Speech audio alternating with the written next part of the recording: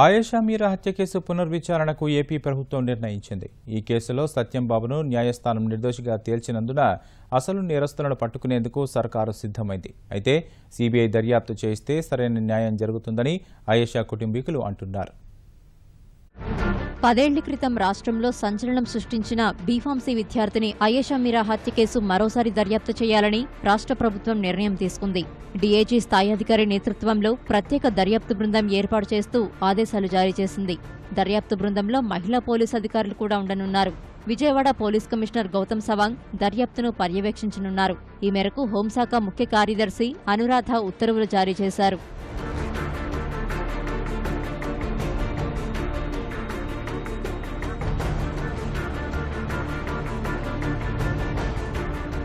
విజయవాడ సమీపంలోని ఇబ్రహీంపట్నంలో 2007 డిసెంబర్ 26న ఆయేషా మీరా హత్యకు గురైంది. ఘటన వెనక కొందరు రాజకీయ నేతల కుటుంబ సభ్యులున్నారనే ఆరోపణలు బలంగా వినిపించాయి. దర్యాప్తులో భాగంగా చాలా మంది వ్యక్తులు, అనుమానితులను పోలీసులు తెరపైకి తీసుకొచ్చారు. ఘటన జరిగి 9 నెలల తర్వాత సత్యంబాబుపై కేసు నమోదు చేశారు. విచారణ తర్వాత విజయవాడ మహిళా సెషన్స్ న్యాయస్థానం హత్య నేరం కింద సత్యంబాబుకు జీవిత ఖైదు విధించింది. అలాగే అత్యాచారం నేరం కింద 10 ఏళ్ల జైలు శిక్ష, జరిమానా వేస్తూ 2010 సెప్టెంబర్ 29న తీర్పు ఇచ్చింది. ఆ తీర్పును సవాల్ చేస్తూ సత్యంబాబు హైకోర్టులో అప్పీల్ దాఖలు చేశారు. విచారణ చేసిన హైకోర్టు ఈ ఏడాది మార్చి 31న సత్యంబాబును నిర్దోషిగా తేల్చింది. కేసు దర్యాప్తు సక్రమంగా జరగలేదంటూ పోలీసుల వైఖరిని ఆక్షేపించింది.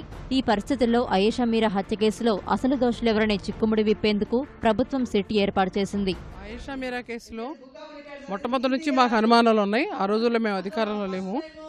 అప్పుడు అధికారంలో ఏ విధంగా తమ్మిని బిమ్మిని చేశారో, ఏ విధంగా కేసును మార్చేశారో అందరికీ తెలుసు. వాళ్ళ తల్లిదండ్రులకి మనశ్శాంతి లేదు, ఆమెకు ఆత్మశాంతి లేదు.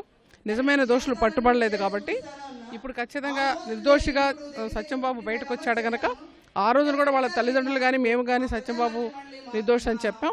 అసలు దోషులను పట్టుకునే దానికి ప్రయత్నం చేస్తాం. ఖచ్చితంగా న్యాయం గెలుస్తుంది. తప్పనిసరిగా దోషులను పట్టుకుంటామండి. కేసును పునర్విచారించాలన్న నిర్ణయంపై ఆయేషా కుటుంబీకులు సంతోషం వ్యక్తం చేస్తున్నారు. అయితే సిట్తో కాకుండా సీబీఐతో విచారణ చేయిస్తే న్యాయం జరుగుతుందని ఆయేషా తల్లి శంషాద్ అంటున్నారు. మేము మాత్రం హైకోర్టులో రిట్ పిటిషన్ వేశాము. ఆ రిట్ పిటిషన్లో ఇన్వెస్టిగేషన్ బై సిబిఐని పెట్టాము. కాబట్టి ఆ రిట్ పిటిషన్ రేపు మంగళవారం వస్తుందండి.